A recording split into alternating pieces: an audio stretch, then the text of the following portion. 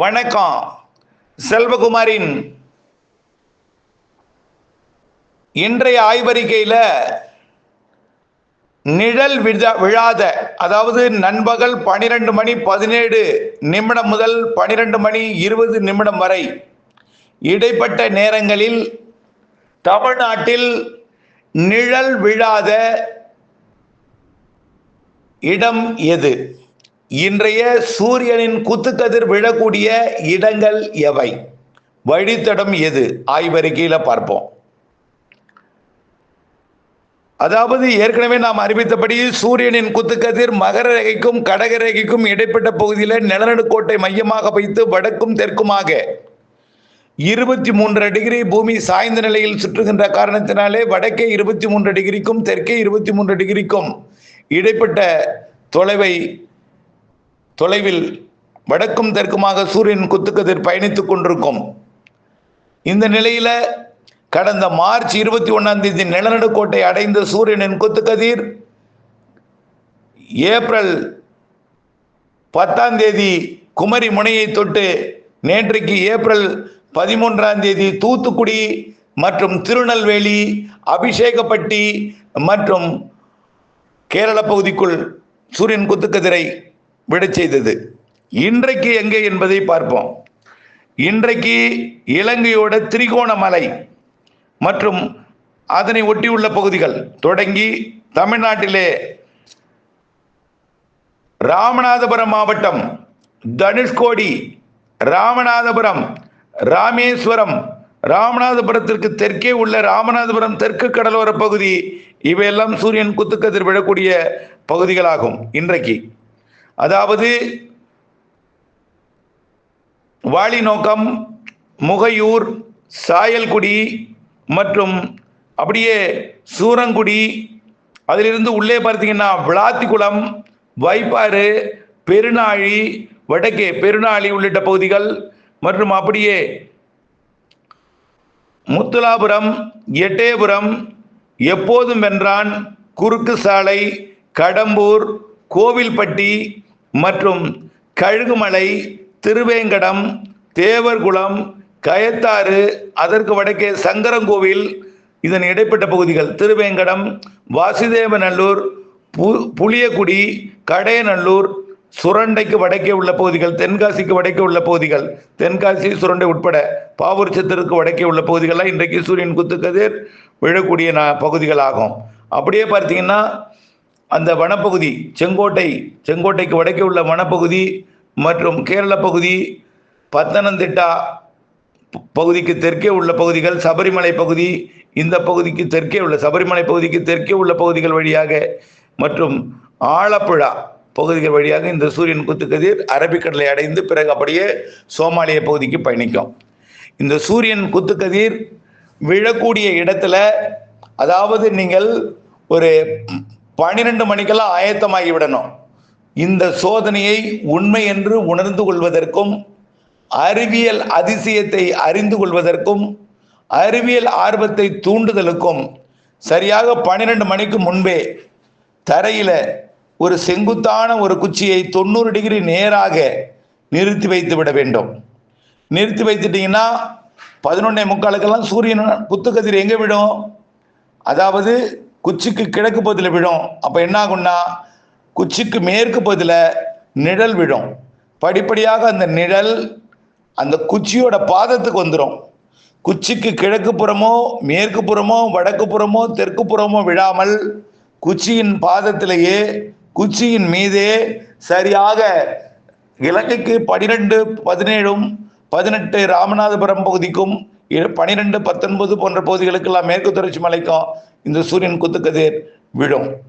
ஆகவே விழும் பொழுது அந்த குச்சியோட நிழல் அதன் பாதத்திலே விழுந்துடும். எதுவும் பெரிய அளவிலே ஆய்வு மேற்கொள்ள முடியவில்லை, அமர நேரமில்லை.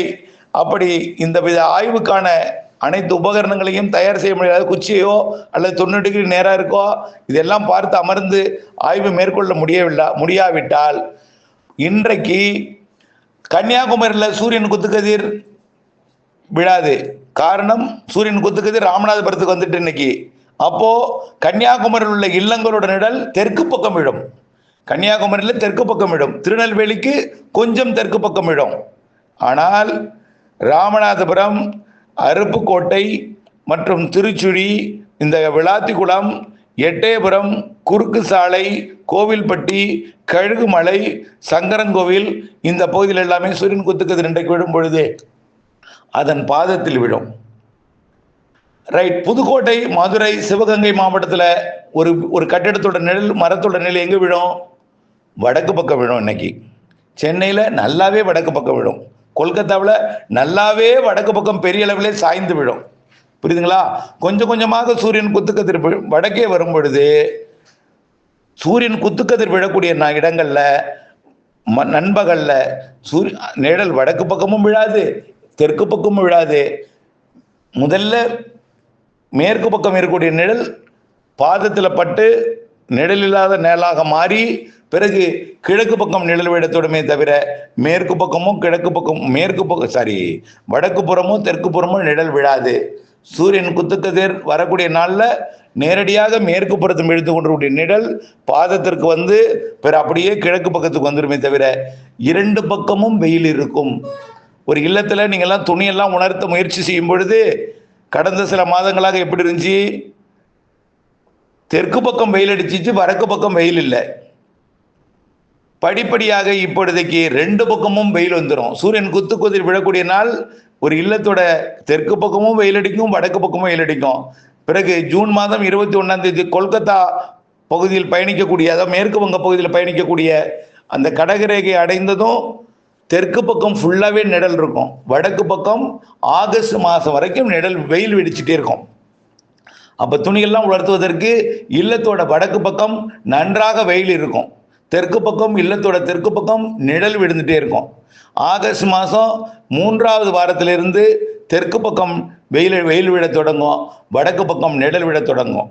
பிறகு டிசம்பர் மாதம் அது 21 மகர ரேகை அடைந்து, மார்ச் மாதம் நிலநடுக்கோட்டை அடைந்து, மீண்டும் ஏப்ரல் மாதம் 10 குமரிக்கடலை அடைந்து தமிழ்நாட்டுக்கு வரும் பொழுதுதான் மீண்டும் வடக்கு பக்கம் வெயில் விட தொடங்கும். அது வரைக்கும் வடக்கு பக்கம் நெல் விழுந்து கொண்டிருக்கும். புரிகிறதா? இது ஒரு அறிவியல் உண்மை. சூரியன் சாய்ந்த நிலையில் பூமி சாய்ந்த நிலையில் சூரியனை தன்னைத்தானே சுற்றி கொண்டு சூரியனை சுற்றி வருகிற காரணத்தினாலே பூமி 23 டிகிரி சாய்ந்த நிலையில் தன்னைத்தானே சுற்றி கொண்டு சூரியனை சுற்றி வருகிற காரணத்தினால இந்த சூரியன் குத்துக்கதிர் விழக்கூடிய இடம் கடகரேகையிலிருந்து மகர ரேகை வரைக்கும் நிலநடுக்கோட்டை மையமாக வைத்து வடக்கும் தெற்கும் 23 டிகிரி வடக்கும் தெற்கும் சூரியன் குத்துக்கதிர் பயணிக்கும் பொழுதுதான் இந்த பருவ காலங்கள், மழைக்காலம், கோடைக்காலம், குளிர்காலம் எல்லாம் ஏற்படுகிறது. அதே போல சூரியன் குத்துக்கதிர் விடுகிற காரணத்தினால்தான் நிழல் இல்லாத ஒரு நாள் என்று ஒரு அதிசய நாளாக நாம் அதை பார்க்கிறோம். இன்றைக்கு ஆய்வு மேற்கொள்ள வேண்டிய இடங்கள் ராமநாதபுரம், சூரியன் குத்துக்கதிர் விடக்கூடிய இடம், ராமேஸ்வரம், தனுஷ்கோடி, மண்டபம் மற்றும் ராமேஸ்வரம், ராமநாதபுரத்திற்கு தெற்கே உள்ள பகுதிகள் எல்லாமே சற்று வடக்கு புறமும் தொண்டி வரை கூட எடுத்துக்கலாம்.